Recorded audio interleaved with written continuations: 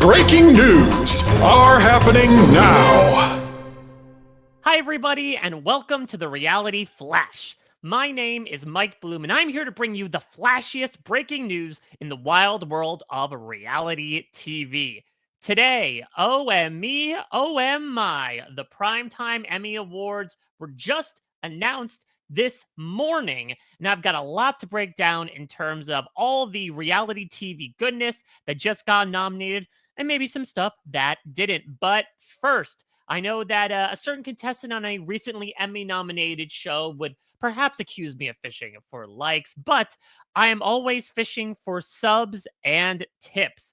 So please make sure you subscribe to this very podcast at therealityflash.com. And while you're there, leave a rating, leave a review. We're going to be talking about a lot of shows today that got some commendations. So try to pay it forward and pass a commendation your way for this very podcast.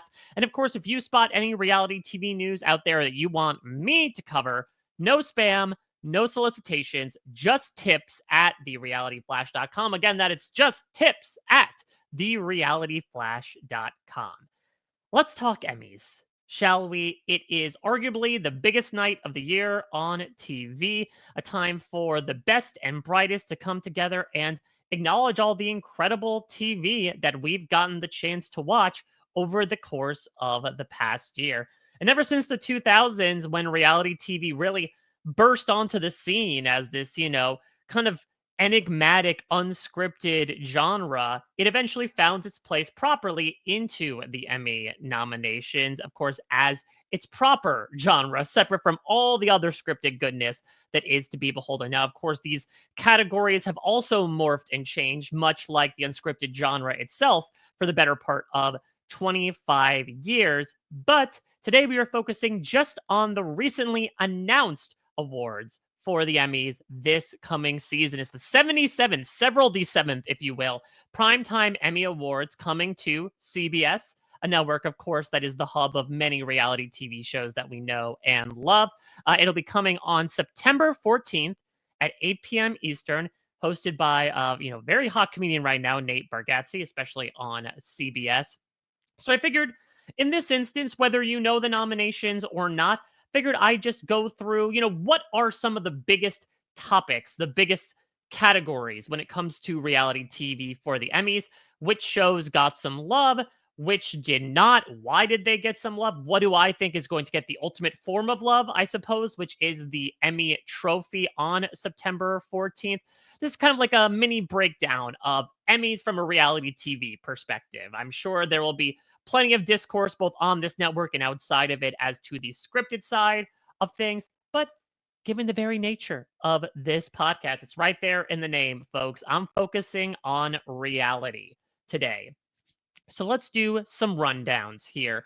We are going to start with perhaps the biggest category, with no impunity to any of the other categories that we are going to get into subsequently, to the point where hours before the entire list of nominations was released, there were two categories that were revealed exclusively hours ahead of time on CBS mornings, which seems to be, I don't know, the primary place for like reality TV news to break as of late, considering that they were the ones that announced the Survivor 50 cast. They had Jeff Probst on at the Ass Crack of Dawn to talk to Gayle King and company about Mike White. And today, one of the categories that they got to reveal super early on in the day is this year's nominations for Outstanding Reality Competition Program.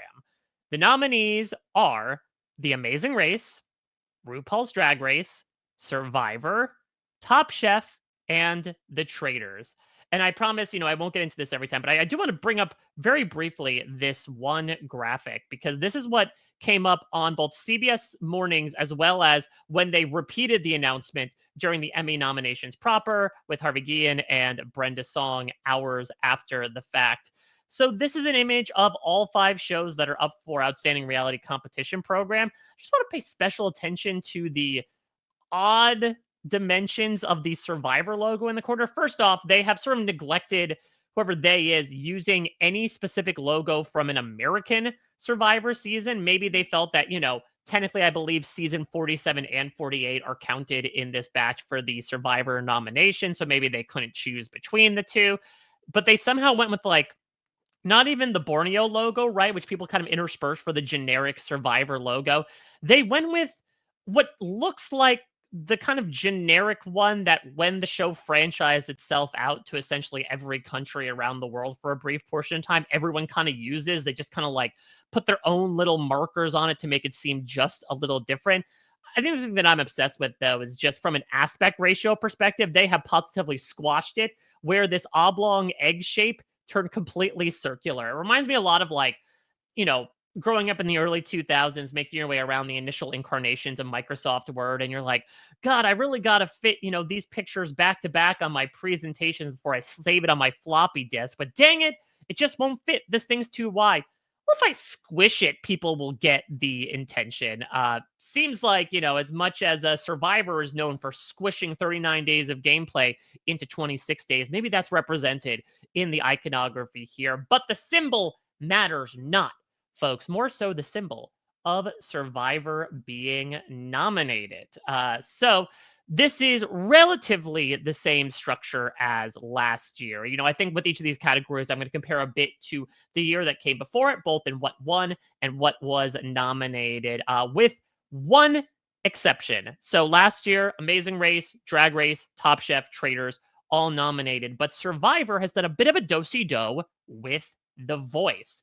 And this is really interesting for The Voice because The Voice, basically ever since it came onto the scene, so starting in 2012, season 2, it has been nominated for Outstanding Reality Competition Program every single year for over a decade. It has not missed. Survivor has fallen off and come back. The Amazing Race maybe fell off a couple of years as well. You have the Traitors, which recently came onto the scene. Drag Race has really come to prominence since it moved off of Logo. But one of the constants in this category, and even a previous winner in The Voice, is not here anymore, which is incredibly intriguing to me. I don't know if it's a larger sign that, like, are people starting to finally tune out on this as sort of an awards darling? It is nominated in a couple of other categories. Could this be a sign that maybe the show doesn't have the staying power that it once did now that it's approaching, like, I think season 27 or 28 here in the fall?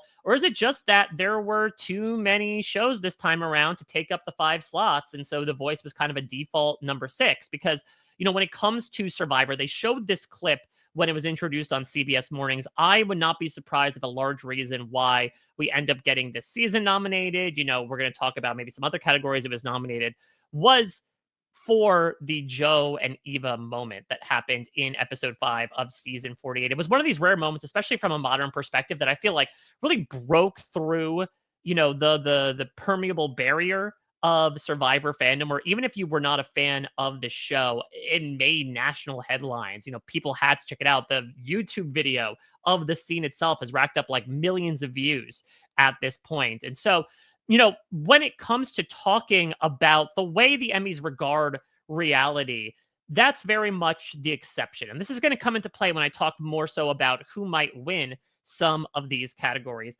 Because as new as Unscripted kind of still is, it's only been around for a quarter of a century, but it's only been around for a quarter of a century compared to the rest of television that really is a drop in the bucket.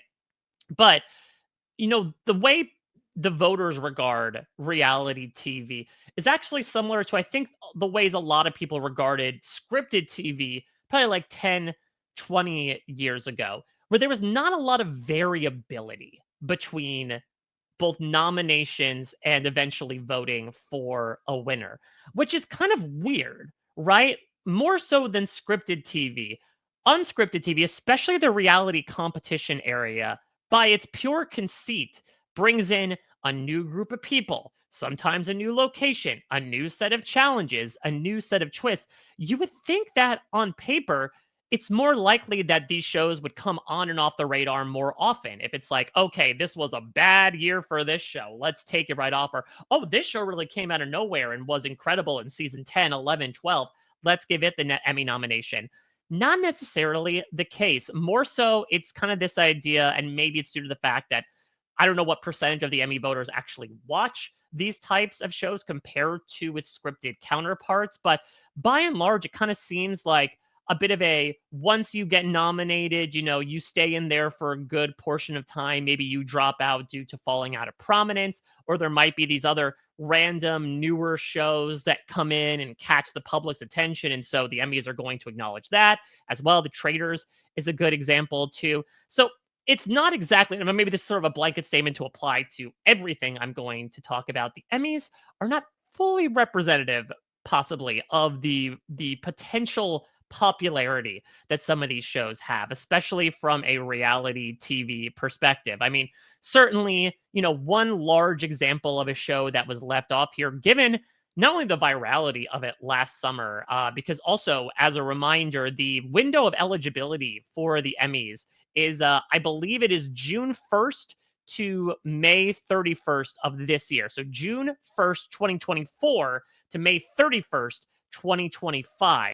So there might be some big shows that were huge summer hits. The one that really comes to mind for me is Love Island, where Love Island had been brought over to the US, had a couple of meh seasons on CBS, moved its way to Peacock, has a couple of meh seasons before it really breaks out last summer in season 6.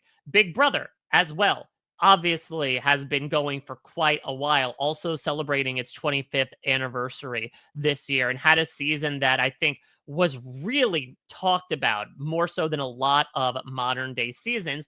Both of them left off the nominations list. And while I do see some surprise from people, considering again that these are two of the most, vocal, popular fan bases out there, especially on social media, I could see a couple of reasons why this is not the case. The fact that, again, given the window of eligibility, because these are summer shows, these tend to air right at the beginning of the window of eligibility. And certainly from a scripted perspective, it does not discount some of these shows that became sensations over the summer. And despite the fact that we haven't thought about it for a long time, it's still getting recognition. The Bear is a fantastic example of that in its ever shifting windows and genres. But when it comes to what's in our consciousnesses, something like The Traitors or a season of The Voice or Top Chef or Survivor that aired just a few months ago, it's definitely more top of mind than a show that, while huge, did occur almost a year ago. The other thing, especially from the Big Brother perspective, is, as I mentioned before, it's really tough to earn your way kind of into the keep as a veteran show. Big Brother has been on for a quarter of a century. It has received 0 Emmy nominations so far. And I think even if these seasons are very much celebrated, I think it's just really tough to break in when a lot of these nominations are either going to tried and trusted shows that have either won or been nominated before, like The Amazing Race, like Drag Race now, or it's the new hotness, right, in The Traitors, which just finished its 3rd season. So listen, I know there's a lot of fans out there in these BB streets that are hoping that Julie Chen Moonves and company finally get their due at the Emmys. I just think it's really tough to break into from, just a pure reputation perspective. But who knows, Love Island might surprise us with how much it has really rose to popularity. But let's talk about what's on this list here. Outstanding reality competition series. Again, Amazing Race, Drag Race, Survivor, Top Chef, and The Traitors. So The Traitors won last year. I think truly a representation of, as I was kind of mentioning before with Love Island, the fact that season 2 really had this thing that catapulted the show into the zeitgeist. It became, I think, like the most streamed reality show last year, essentially set it up as an American dynasty, to the point where our very own Rob Cesternino is going to be on the upcoming season. So I really think the wind is at its back. I think that season 3, while incredibly different than season 2, was still, equally heralded, if not even more, with just how obsessed fans became with the show, how it, reinvigorated the stardom of somebody like a Gabby Windey, made Dylan Nicholas Harrison Efron into a star proper. So I would be shocked if The Traitors did not win again. I think the only outside possibility Could be Drag Race, just because before the Traitors came along, Drag Race was the one that was really had this momentous streak of win after win after win, much like the Amazing Race did in its initial incarnation.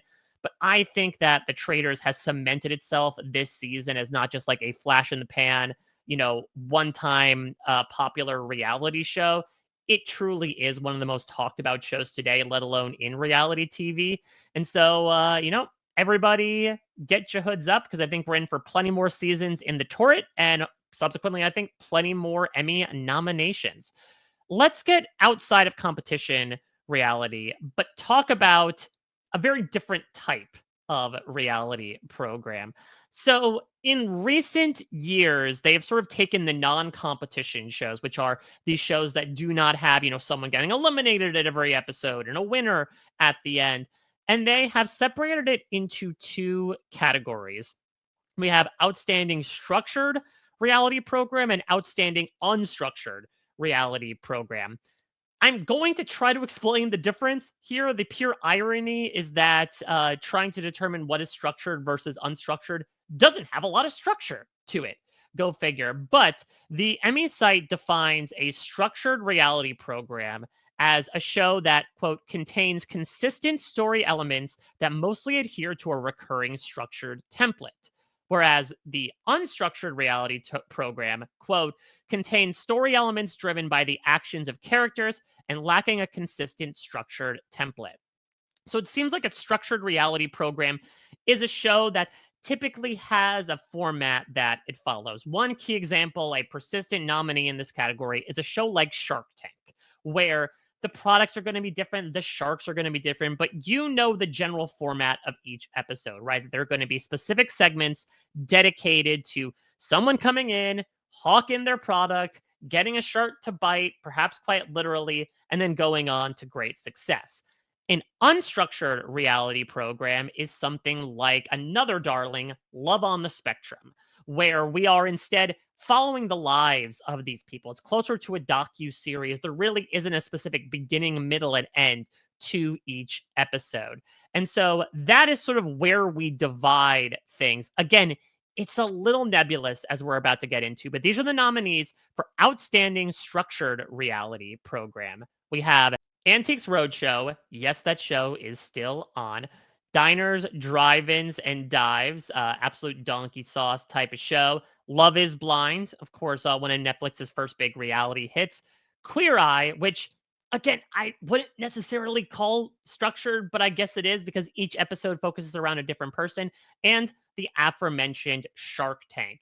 Shark Tank and Queer Eye have kind of been batting this award back and forth the past previous years. They've been very verse in that regard. These are the same 5 nominated shows as last year, so we're not getting a lot of new blood in here. Certainly not when the sharks are swimming around. I am going to go with Shark Tank. So Queer Eye recently announced that it is going to be releasing its final season. This upcoming one, I believe it's season 10 overall. I think, especially given the way that Emmys typically award these final seasons, that we're going to probably get a lot of recognition and perhaps a win there. I don't know if it'll be carrying over to this particular one. So I think the voters are going to keep doing what they're doing. I think also the departure of Mark Cuban might hold a lot of weight too. We'll talk about that with another category. And so, yeah, I think that Shark Tank is going to go back to back on this one.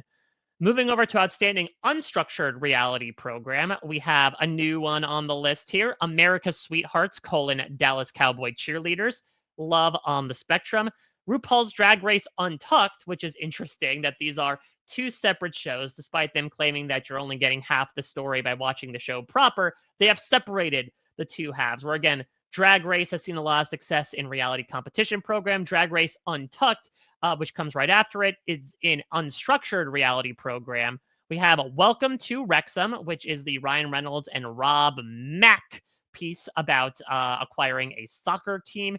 And another new kid on the block, the new hotness, Secret Lives of Mormon Wives, the Hulu series that took the internet by storm last year, depicting all of the trials and tribulations of everyone behind Mom Talk. They just put out a second season. They're putting out a third season later on as well. They've really zoomed to the front of the zeitgeist. And again, this is what I was speaking about before with The Traitors, where this is another example of one of these new shows that gained enough word of mouth and popularity where the Academy might look at them and say, yes, this younger sibling that did something new and fresh, we're going to sort of bring you into the nomination circle, perhaps over the older sibling that's always been there, but has done a couple of big achievements as of late.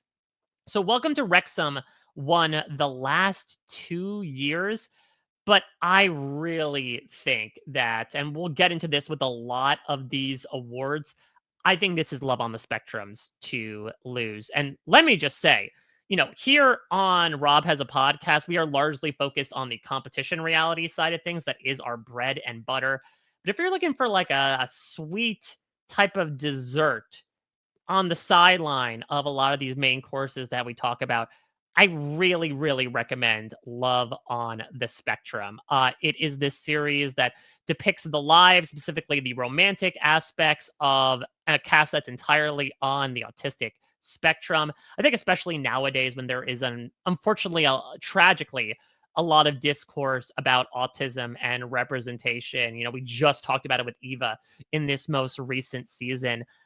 It absolutely warms the heart to see a type of show like this that celebrates autistic individuals for who they are and showcases some of the cutest relationships that I have ever seen on TV, let alone reality TV. If you don't ship Abby and David, there's something wrong with you. Let's be completely honest here. So I think that Love on the Spectrum, which just released, I think its second season, is going to earn, or its third season, I should say, is going to earn a lot of love, fittingly enough. And I think that's going to carry over to that particular category.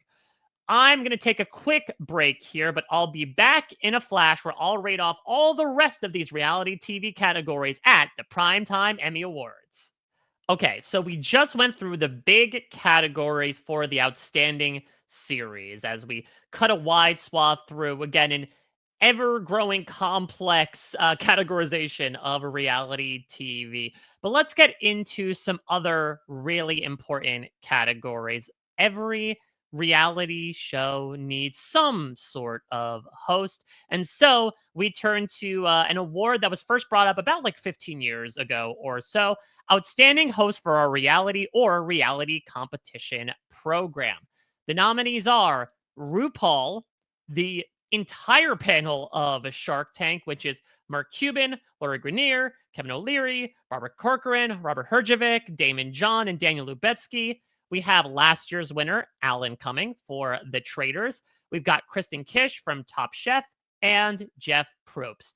This is the exact same setup as last year. So those of you that are hoping that Ariana Madix was able to walk her way in as a bit of a bombshell into this category, unfortunately, she is left singled out in this particular aspect. So Alan Cumming won this last year. He was sort of the combo breaker from RuPaul, just winning back to back to back to back to back to back, which was, after Jeff Probst went back to back to back to back in the first 4 iterations of this award, then went away for a little bit, then came back in roaring fashion last year.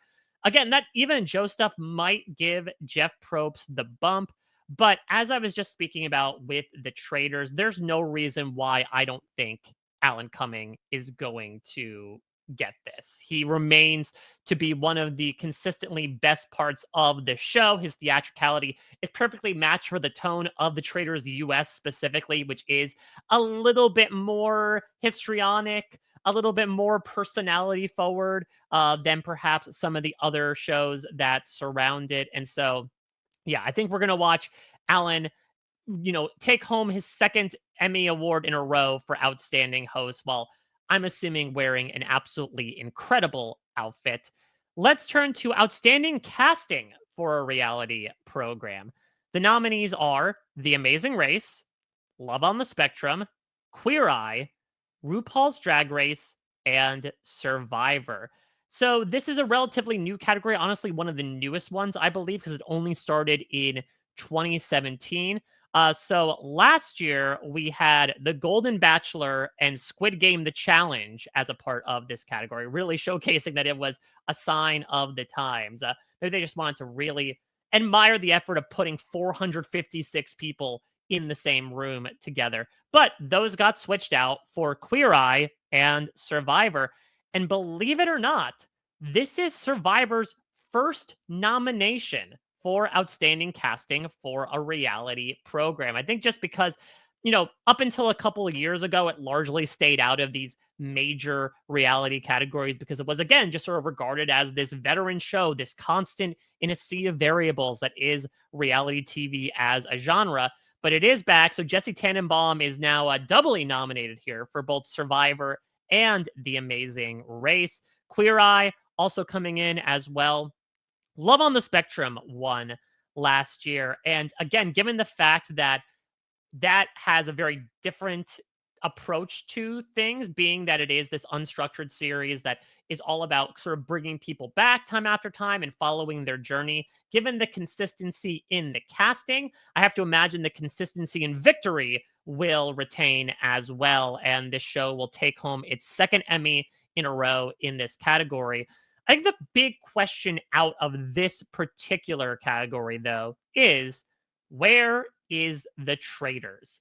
The Traitors has been heralded, especially the US version, for really becoming, as I call it, this sort of like reality TV Super Smash Brothers, where you take all these different all stars from all these different types of shows, ranging back from the beginning of the 2000s to recent standouts, and throwing them together in a Scottish castle and having them play this, accelerated version of Mafia. It has earned so many accolades for its casting. I mentioned before about how it has become like a huge show to lift people's profiles, either bringing them back into the spotlight or introducing them to new audiences. And it did win an Emmy for casting in 2023. However, it was not nominated the last 2 years. And the big question is why? Now, I would not profess myself an expert on any of these types of things. So please, in the comments, inform me if I am misaligned in my thinking here. But I believe the reasoning is that Traitors casting now does not really have a formal audition process, right? Season one had some reality TV veterans, but they also cast newbies. And so I do think that, if the casting process does not involve auditions and, casting calls and everything like that, it might disqualify the show from being nominated in this category. AKA, if you're not casting newbies, then you may not be able to be nominated for outstanding casting for a reality program. That's my best piece of logic for it. Again, feel free to let me know if there's something I'm missing out on. That's really the only explanation I can see as to why this isn't being nominated. The Traitors is nominated in basically every other reality TV category where it applies. So it makes no sense on paper that casting would be the one it's left out of, especially, again, since it had won 2 years ago. So this is where, unfortunately, its strategy of pursuing this sort of like celebrity-only all-star casting might have bit them in the foot. Let's go to some of our categories behind the camera. First off, starting with the person quite literally doing so, outstanding directing for a reality program. So we have The Amazing Race, and The Amazing Race episode that was specifically nominated was one from season 37. It Smells Like the Desert, which is the Dubai leg. This is where we have the big foot race between Pops and Jeff and Nick and Mike. Personally, I would have gone with the next episode since that was a more exciting episode. I think at the time we hailed it as like one of the best Amazing Race episodes in recent memory, with Jack and Carson's massive comeback and the double U-turn. But maybe if you're looking at it more from a directorial perspective of like, getting cool shots, obviously Dubai has an incredible landscape to show off. Love on the Spectrum, we have the finale. Drag Race, we have the season 17 premiere. Which, at the time, I think was heralded as one of the best premieres in recent memory. So I don't think it's just like we're just going with the first episode of the season as we might with The Traitors, which was the season 3 premiere. And I don't know. I mean, I guess it's just good to kind of get it into the clubhouse, no matter what the episode nominated is. I don't think the first episode was the best indication of the heights that the Traitors season 3 hit. You really want to get into that sweet spot when you had Bob versus Boston Rob and Carolyn versus Danielle versus Boston Rob. I feel like if you're just going with the premiere, there were so many epic things, especially from a directorial perspective, that are sort of left on the table there. And then finally with Top Chef, I believe this was the episode. This is where Massimo was eliminated from this most recent season. It was the one where they really celebrated a lot of indigenous Canada. They had an entire challenge where they foraged for stuff and made a dish out of that. So obviously an incredibly heartwarming and very important episode of the show. Love on the Spectrum won last year. We have some new contenders in Amazing Race and Top Chef. This year, stepping in for Squid Game The Challenge and Welcome to Wrexham. I think it's probably between Love on the Spectrum and maybe Drag Race. Because again, that premiere was so big, especially with the whole Squid Game opening. Maybe the Traitors, this is where a bit of like the Traitors tide would raise the boat here, that even if the episode nominated is not the strongest one, it could get the win here just being connected to the brand. So this is probably the category I'm torn the most between, because this is not about a series perspective. This is maybe specifically focusing on the episode proper, and that's where it becomes a bit more nebulous. And then we have outstanding cinematography for a reality program, which is The Amazing Race, Life Below Zero, Love on the Spectrum, Survivor, and The Traitors. The cinematography, listen, there's some beautiful camera work that can be done on The Traitors. It's always tough to capture these people sniping at each other at the round table. And shows like The Amazing Race and Survivor are able to get these beautiful establishing shots of nature and the wide world that is around us. I think this is going to go to the show that won last year and the one that kind of sticks out here as the first time we're talking about the show this time around, Life Below Zero. Again, it doesn't really get a lot of love in a lot of the other categories, but here is where it really shines. I mean, this is showcasing, life of people who live off the grid in remote Alaska. And so it really is all about that camera work and what it is able to showcase, especially so differently from a lot of the other shows that are even nominated in its category. So Life Below Zero won one award above zero last year, and I believe it will rise another degree this year. Outstanding picture editing for a structured reality or competition program. We have Amazing Race, Queer Eye, Drag Race, Traitors, and The Voice. Traitors and Drag Race, it should be noted, specifically nominated for their premieres, while all the other shows are nominated just as their general series body of work. Traitors ended up replacing Top Chef, which was nominated last year, and The Voice won last year. Given the fact that Traitors shows up here, I could imagine this is a category where they actually take it. Editing is something that is kind of the unsung hero. These stories need to be told. And, it's the fruitless labors of these editors who spend countless hours editing down countless hours into a digestible product that truly is, the main conduit to which we enjoy these shows in the first place. And so I think this might be where they celebrate Traitors, particularly in its editing and storytelling, and give it the award here over The Voice and some of the other shows that are nominated. Outstanding picture editing for an unstructured reality program. We have Deadliest Catch, Life Below Zero, Love on the Spectrum, Drag Race Untucked, and Welcome to Wrexham. Welcome to Wrexham has won the past 2 years of this, and Life Below Zero has replaced Below Deck Down Under, which went down under with no nominations this past year. And so there's a good chance that Welcome to Wrexham will repeat and do the hat trick by winning for a third year in a row. You can't help that sports editing style. But I don't know. Again, if we're using this editing award as just a general harbinger for a celebration of this show, I might give it to Love on the Spectrum. So I could see them maybe swoop in and steal the proverbial ball away from Welcome to Wrexham here. Final big category, all shout out. Outstanding sound mixing for a reality program. This is where we bring in a lot of our singing shows, though we still do have nominations for The Amazing Race, Deadliest Catch, and Welcome to Wrexham.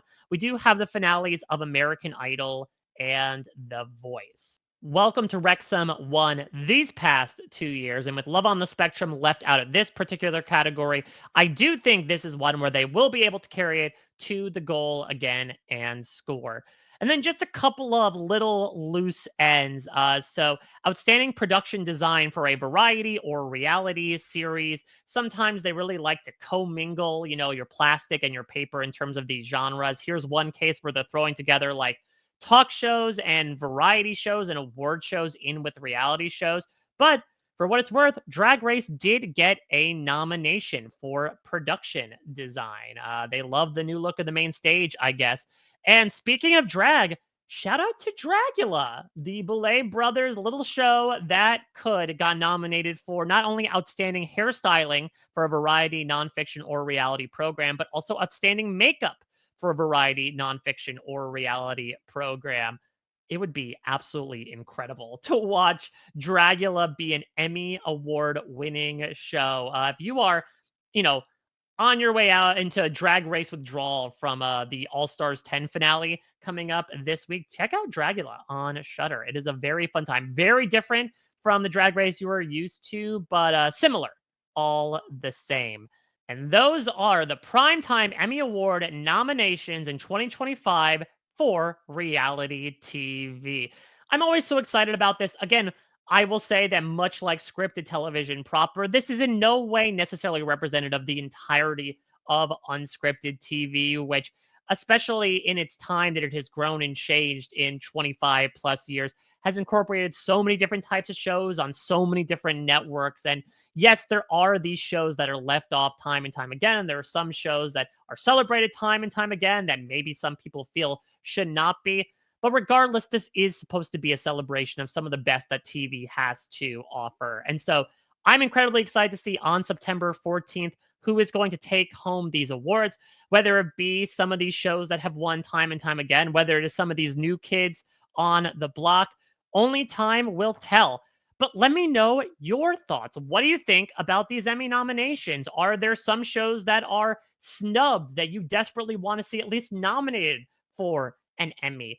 Do you disagree with some of the wins that I think might be coming some of these shows' ways in September? Be sure to reach out to us in the comments here on YouTube, on social media, anywhere you can possibly find me and the Reality Flash. That includes therealityflash.com, where you make sure to subscribe to make sure you don't miss out on any updates that we have going on here in the wild world of reality TV, where we're talking about the general scope of things. We're talking about specific shows as well.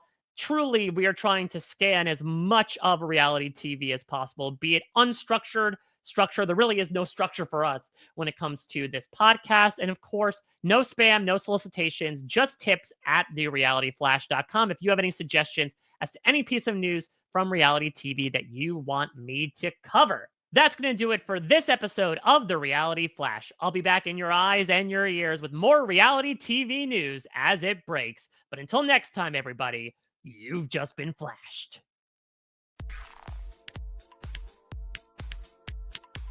This is RHAP. We know reality TV.